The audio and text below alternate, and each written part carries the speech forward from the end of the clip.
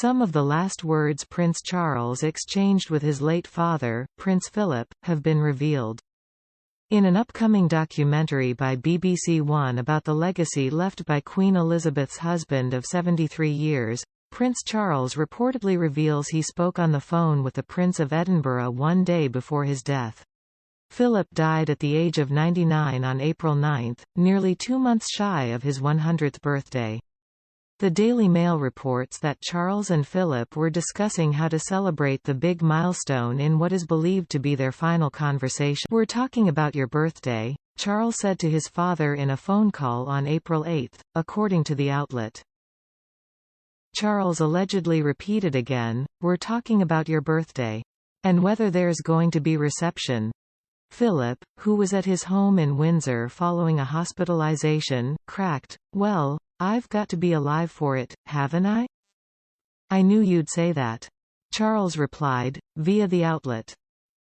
BBC announced earlier this month that the upcoming documentary Prince Philip, The Royal Family Remembers will feature all 4 of Prince Philip and the Queen's children: Charles, 72, Princess Anne, 71, Prince Andrew, 61, and Prince Edward, 50. The project was originally produced to mark Philip's 100th birthday on June 10.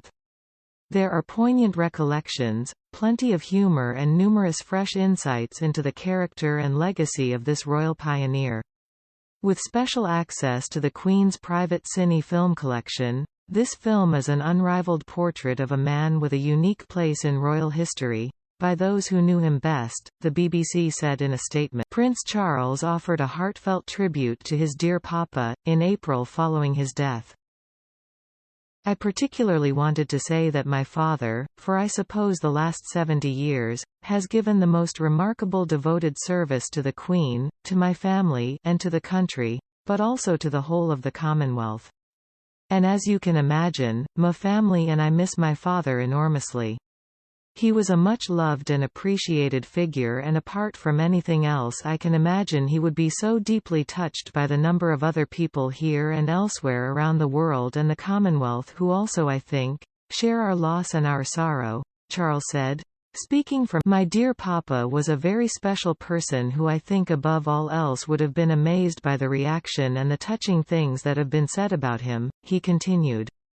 "And from that point of view we are, my family, deeply grateful for all that. It will sustain us in this particular loss and at this particularly sad." The royal family confirmed the Duke of Edinburgh's death on April 9 in a statement. "It is with deep sorrow that Her Majesty the Queen has announced the death of her beloved husband, His Royal Highness the Prince Philip, Duke of Edinburgh.